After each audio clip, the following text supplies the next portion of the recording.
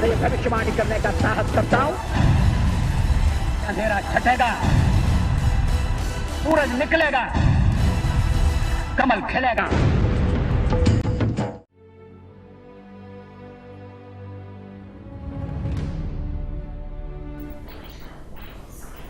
आइए आज आपकी मुलाकात कराते हैं भारत के युग पुरुष श्री अटल बिहारी वाजपेयी जी से।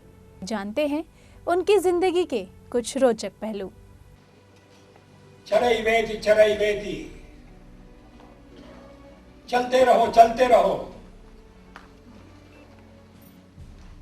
एक हाथ का दीपक दूसरा हाथ संभालेगा, परिश्रम का तकादा दूसरी जगह पूरा होगा। ध्येय को सामने रखकर कर्तव्य के पथ पर आगे बढ़ने का फैसला करें।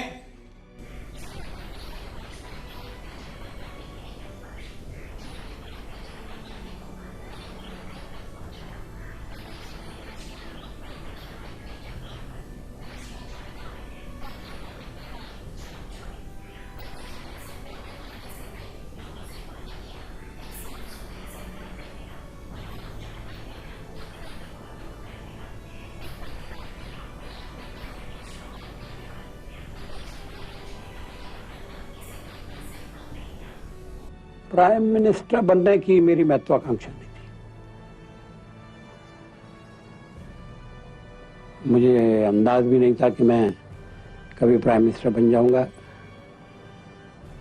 मैं तो पत्रकार के नाते अपनी जिंदगी बिताना चाहता था,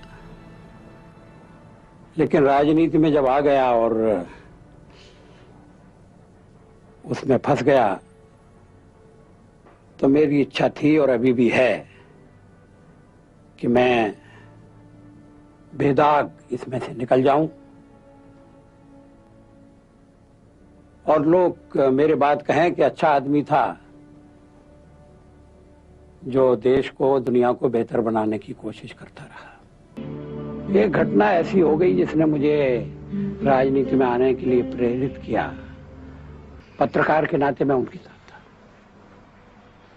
वो गिरफ्तार कर लिए गए, हम लोग वापस आ गए।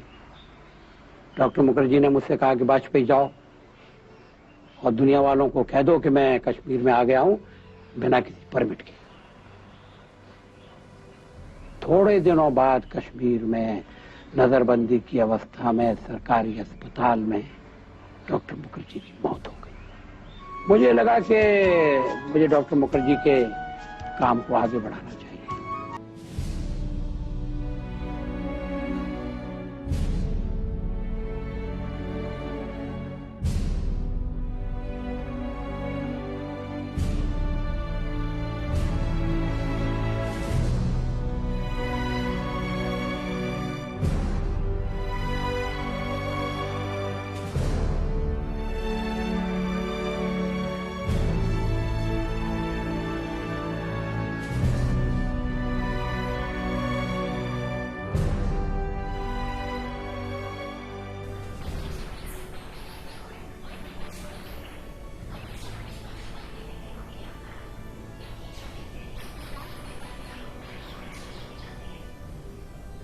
सरकारों का एक डर रहा है, बंधा बनाया डर रहा है और उसको बदलना बहुत मुश्किल काम है। अंत्योदय की स्कीम राजस्थान में जिस तरह से सफल हुई थी तो अंतर्राष्ट्रीय संस्थाओं ने भी उसके लिए बधाई दी थी। अभी एक सूचना के मामले में राजस्थान की सरकार ने फैसला किया है कि अगर गांव वाले जानना चाहते हैं कि किसी सड़क, पुल या पुलिया का ठेका किसको दिया गया है, क्यों दिया गया है, तो वो ये जानकारी प्राप्त कर सकते हैं। जानकारी प्राप्त करना उनका बुनियादी अधिकार है। इससे भ्रष्टाचार पर रोक लगेगी। लेकिन मैं मानता हूं कि जब तक व्यवस्था में कुछ परिवर्तन नहीं होंगे तब तक सरकार का रूप बदल जाएगा, रंग बदल जाएगा। लोगों के जीवन पर उसके असर में भी थोड़ा सा अंतर पड़ेगा, लेकिन बहुत ज्यादा नहीं पड़ सकता। इसके लिए तो केंद्र में परिवर्तन जरूरी हो। अलग अलग प्रमुखताएं गिनाना बहुत मुश्किल है, क्योंकि एक साथ कई काम करने होंगे। कोई समस्या ऐसी नहीं है कि केवल उसे उठा लिया जाए और बाकी के सवाल सब एक तरफ रख दिए जाएं। लेकिन मुझे लगता है कि राजनीति में भी और लोकतांत्रिक संस्थाओं में भी विश्वसनीयता को फिर से कायम करना ये बहुत जरूरी है। लोगों का राजनेताओं पर से विश्वास उठ रहा है, लोगों का लोकतांत्रिक संस्थाओं पर से भरोसा उठ रहा है, उसको फिर से स्थापित करना लंबा काम है। एक ऑर्डर निकालने से नहीं होगा, एक आदेश से नहीं होगा, या फरमान जारी कर दिया और डेमोक्रेटिक इंस्टीट्यूशंस की क्रेडिबिलिटी वापस आ जाएगी। हमें मुस्लिम मतदाताओं का भी समर्थन मिलेगा, थोड़ा समर्थन मिलने लगा है, ये समर्थन बढ़ रहा है।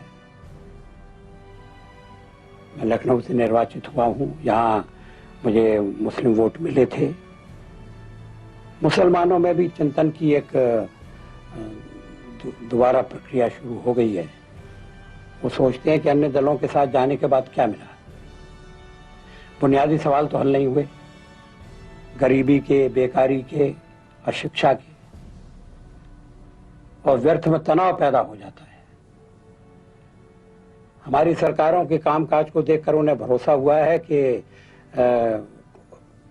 भाजपा के राज्यों में मजहब के आधार पर भेदभाव नहीं। मैं व्यक्तिगत सफलता असफलता की कसौटी पर नहीं करता, लेकिन जो राष्ट्र की विफलता है उसी को मैं अपनी विफलता मानता हूं। 50 साल के बाद आजादी के हम ऐसा हिंदुस्तान क्यों नहीं बना सके कि जो कम से कम दक्षिण एशिया के देशों के साथ पंक्ति में बराबर से खड़ा हो सके।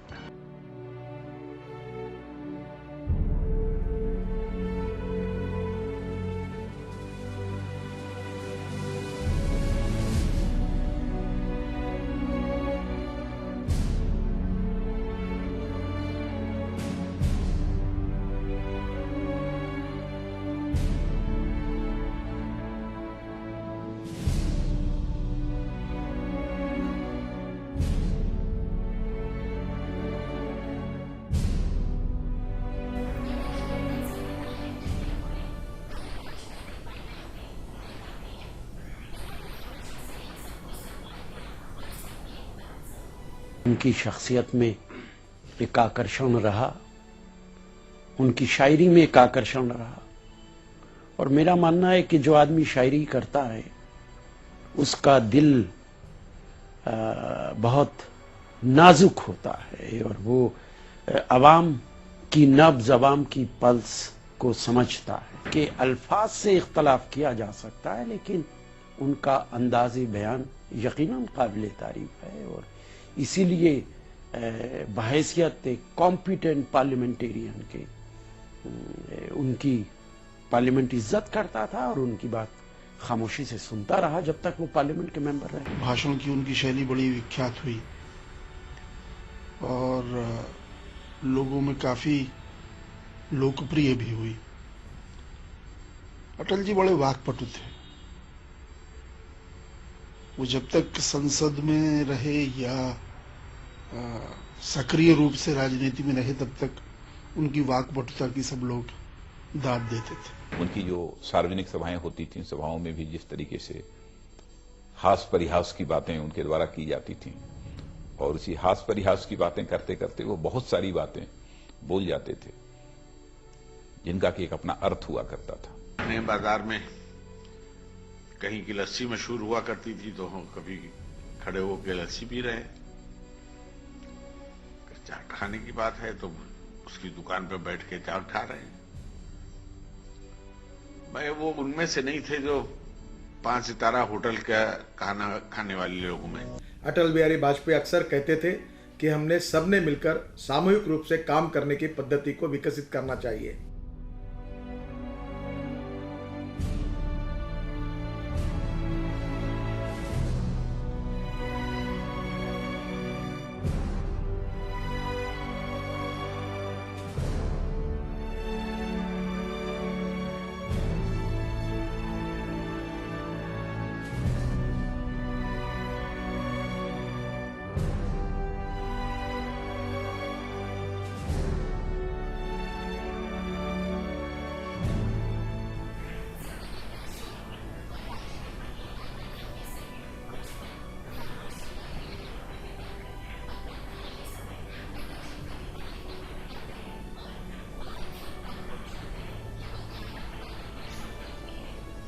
मैं जब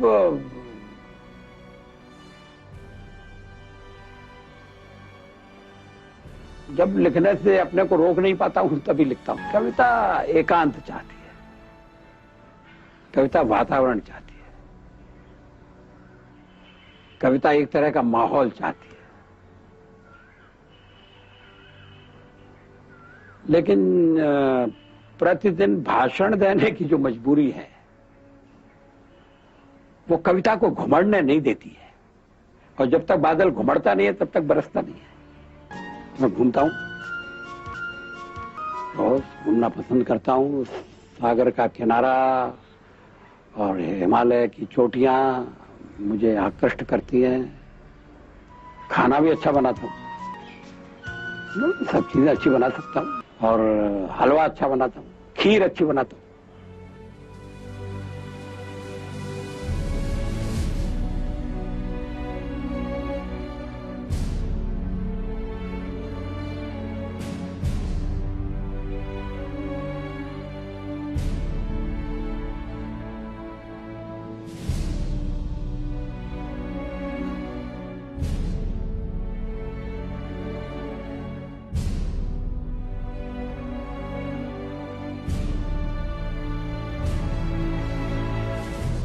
कभी उदास है, लिखने की उसकी इच्छा नहीं है, फिर भी लिखता है। इस तरह से शुरू करता है, गीत नहीं गाता हूं, गीत नहीं गाता हूं, बेनकाब चेहरे हैं, दाग बड़े गहरे हैं, टूटता तिलस्म आज सच से भय खाता हूं, गीत नहीं गाता हूं, गीत नहीं गाता हूं। लगी कुछ ऐसी नजर, लगी कुछ ऐसी नजर, बिखरा शीशे सा शहर, अपनों के मेले में मीत नहीं पाता हूं, गीत नहीं गाता हूं, गीत नहीं गाता हूं। फिर ये विश्वासघात की कल्पना है, पीठ में छुरी सा चांद, पीठ में छुरी सा चांद, राह गया रेखा फांद, मुक्त के क्षणों में बार बार बंध जाता हूं, गीत नहीं गाता हूं, गीत नहीं गाता हूं। लेकिन परिस्थिति बदली, मनस्थिति बदली।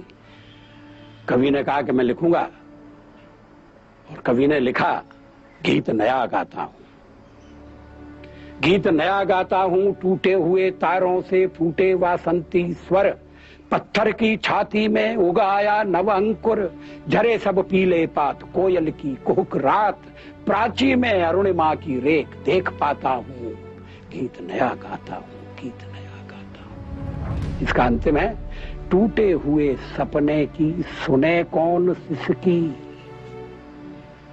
टूटे हुए सपने की सुने कौन सिसकी, अंतर को चीर व्यथा पलकों पर ठिठकी, हार नहीं मानूंगा रार नहीं ठानूंगा, काल के कपाल पर लिखता मिटाता हूं, गीत नया गाता हूं, गीत नया गाता हूं।